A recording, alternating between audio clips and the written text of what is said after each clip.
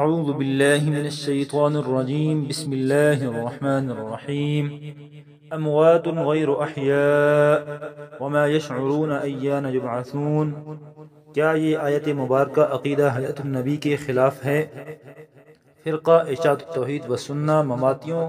یعنی منکرین عقیدہ حیات النبی کے مضبوط قرآنی دلائل میں سے ایک مذکورہ آیت مبارکہ ہے،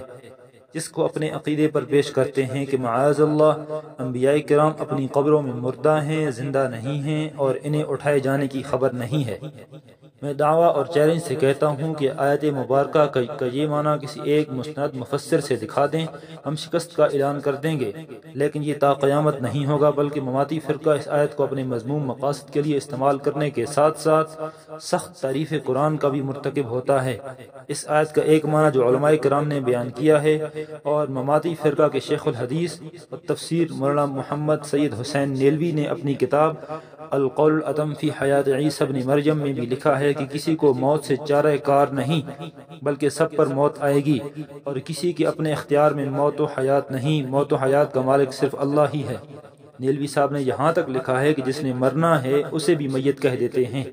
یعنی مرنے والے ہیں، سب پر موت آنے والی ہے۔ ذہن میں رہے کہ اس آیت سے مرزا قادیانی نے عیسیٰ علیہ السلام کی وفات پر استدلال کیا تھا تو نیلوی صاحب نے اسے مذکورہ جواب دیا، بلکہ جتنی آیات بھی مماتی عقیدہ ممات النبی پر پیش کرتے ہیں وہی تمام آیات مرزا قادیانی اس سے پہلے وفات عیسیٰ پر پیش کر چکا ہے۔ نتیجہ خود نکال لیں کہ مماتیوں نے دلائل کہاں سے چوری کیے ہیں۔ قارئین جہاں غور کریں تو دونوں لفظ اموات اور غیر احیاء ایک ہی معنی بتا رہے ہیں، جس کا مطلب ہے موت سے کوئی نہیں بچ سکتا، سب پر موت آئے گی،